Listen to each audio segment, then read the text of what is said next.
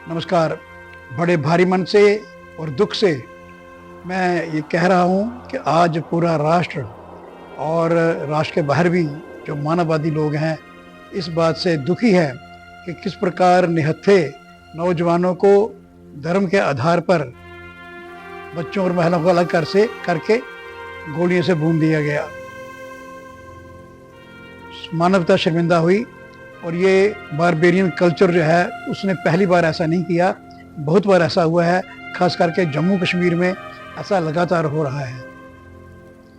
हमारे मस्तिष्क से, हमारी आंखों से ये तस्वीर कभी नहीं हटनी चाहिए कि खून के तालाब में एक नौजवान की लाश पड़ी है और हाथों में चूड़ा पहने उसकी पत्नी वहाँ बैठी खामोश हो गई है।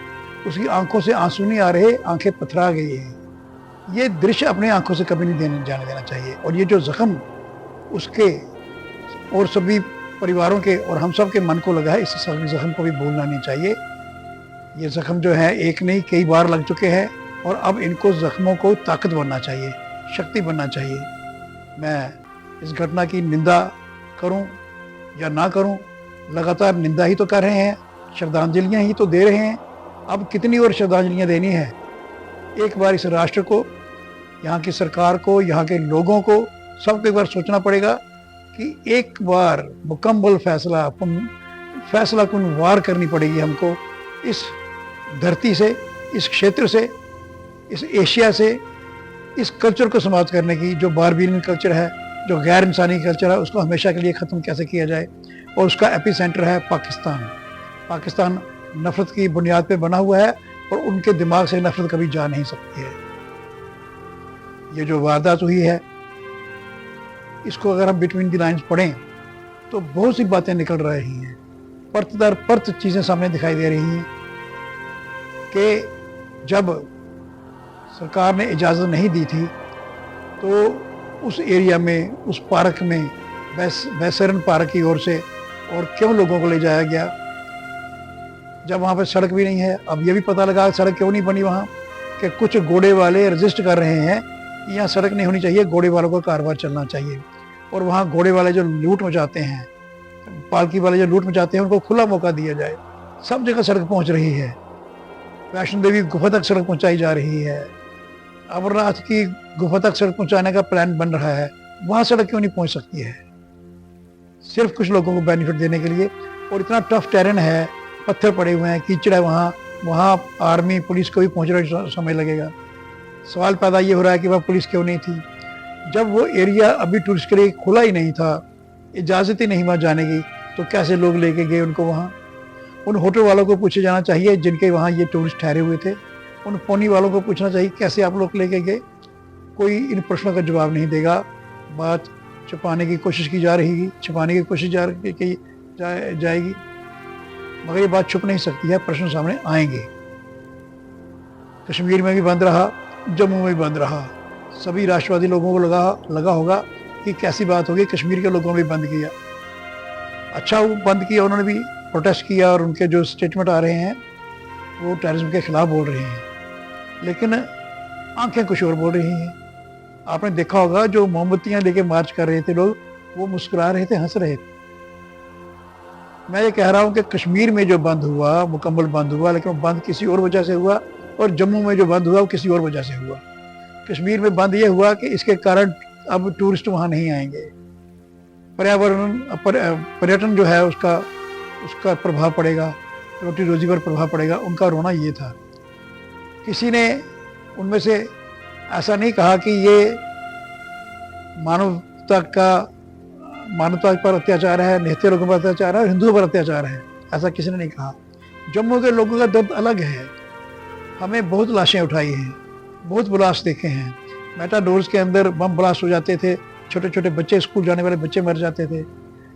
अरेस्ट वाइल डोडा डिस्ट्रिक्ट के अंदर लाइनें लगा के बसें से उतार के हिंदुओं को मारा गया। और पंजाब में भी ऐसी घटना हुई।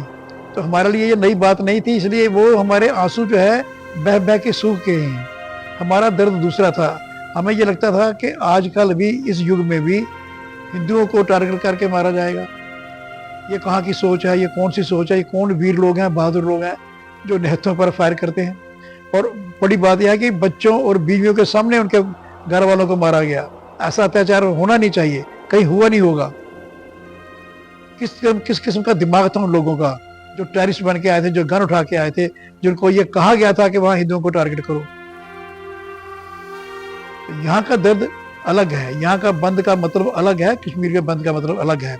अगर कश्मीर के लोग, वैली के लोग इसलिए बंद कर रहे हैं कि टूरिज्म पर इफेक्ट पड़ेगा, तो वो उसमें हमारा भी सरोकार है। टूरिज्म बढ़ते रहना चाहिए था, लेकिन किसने किया? वैली के लोगों को खुद ही उन लोगों को पकड़ाना चाहिए, आगे बढ़ के सरकार के नोटिस में लाना चाहिए। और जम्मू का दर्द अलग है और पूरे देश का दर्द अलग है। मैं इस अवसर पर यहाँ की सरकार को, केंद्र की सरकार को भरपूर समर्थन देने की बात करता हूँ। पूरे देशवासियों ने, जैसे वार की स्थिति होती है, इस प्रकार की मनोस्थिति बना के उस सरकार के पीछे खड़ना चाहिए। हम जब मोदी साहब को ये मैसेज देना चाहते हैं कि जम्मू कश्मीर के अवाम जो है आपके साथ हैं, एक बार फाइनल युद्ध कीजिए, फाइनल वार कीजिए, ताकि हमेशा के लिए ये बुराई जो है इस एरिया के अंदर, जम्मू कश्मीर के अंदर से और देश के अंदर से और पाकिस्तान के अंदर से समाप्त हो जाए, फैसला कौन लड़ाई हो जाए, और ताकि आने वाला जीवन जो है वो हम सबका सुखी रहे, आराम से लोग रह सकें।